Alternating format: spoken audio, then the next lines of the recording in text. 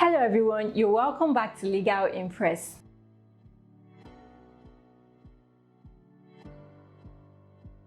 I'd like to say a big thank you to everyone who watched my last video on surrogacy, to everyone who reposted and shared with their friends, as I received some questions and comments, which is why I'm actually making a part 2 of this video to address the questions from people. Now, the summary of the question is that for people that want to enter into surrogacy agreement, they would like to know how will they be protected within the confines of the law, considering the fact that surrogacy is currently unregulated in Nigeria.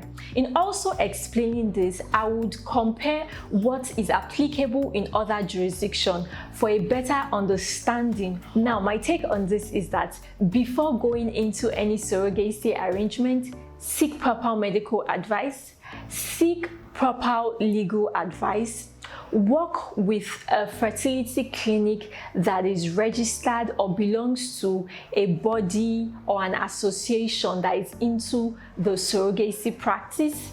And lastly, which is what your lawyer would also advise you about, is that formally adopt the child despite your surrogacy agreement that you have in place. And I will explain this to you after I compare what we have in other jurisdictions and what we have applicable in Nigeria. So for example, in the UK, surrogacy is legal. However, commercial surrogacy is illegal. Now, what this means is that in the UK, you cannot pay someone to be a surrogate for you. Neither can you advertise yourself as a surrogate. The form of payment that is only allowed in the UK is reasonable expenses. And reasonable expenses here means medical bills, for clothing, maybe loss of wages if the surrogate is working, basically things around that area. But for you to state that you are going to pay someone a lump sum of 5 million, 10 million and things like that, even the court would ask sometimes that you should justify the amount you're paying the surrogate when they feel in their opinion that it is excessive. So it has to only be payment for reasonable expenses, which is different from what we have in Nigeria. In Nigeria, there are some agencies that do not just deal with reasonable expenses. It's more like a fixed figure or a range of maybe 1 million, 10 million, or whatever it is. This is the amount you pay the surrogate for the service they are rendering for you. Now let's move to India. India used to be the fertility tourism hotspot. The practice in India was booming. A lot of foreign intended parents would travel to India for this surrogacy arrangement, and things became really messed up. As at then in India, they didn't really have regulatory bodies checking up on this practice.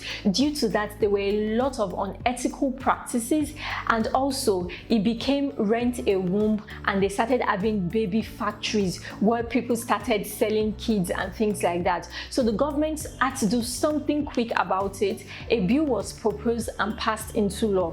Now in India, that used to be a fertility hotspot, ban has now been placed on foreign intended parents. So a foreigner can no longer enter into surrogacy arrangements in India. Also, before you can even enter into a surrogacy arrangement in India, you must have been married for at least 5 years, and your doctor would give you a certificate to testify to the fact that you are infertile and you're unable to give birth. Also in India, there is no longer commercial surrogacy. What you now have there is altruistic surrogacy, meaning that only a family member or a close relative can be a surrogate for you. So they've made it strict. They have other laws that are also in place, but they've made the practice strict due to the unethical things that was occurring in the practice of surrogacy in India. Now, if we move to the US, in the US, there is no federal law that governs surrogacy. What they have in the US is that each state has its own laws that govern surrogacy. Now, some states in the US, make surrogacy agreements enforceable. Some states in the US completely ban surrogacy, and some states in the US allow surrogacy. However, there are some certain conditions that you need to fulfill. For example, in New York, surrogacy is allowed. However, commercial surrogacy is not allowed. If you go to California, it is referred to as the surrogacy-friendly state. In California, you can enter into surrogacy, and in fact, a contract is mandatory before you enter into any surrogacy arrangement. And it doesn't just stop at you having a contract in place. You must be represented by an independent legal attorney, while the surrogate would also be represented by an independent legal attorney, and the contract must be notarized compared to what we have in New York. So if we look at what is applicable in different states, different jurisdictions, and different countries, and look at what we have in Nigeria, the difference is that for other countries, they have laws that govern this thing. But for a country like Nigeria, there is no law. There's nothing like a parental order, there's nothing like restriction, and due to this, you really cannot state that you have been fully protected, in order to avoid the surrogates coming later in future to lay claim to this child. So what is advisable is that despite the fact that you enter into a surrogacy arrangement or you execute a surrogacy contract, formally adopt the child.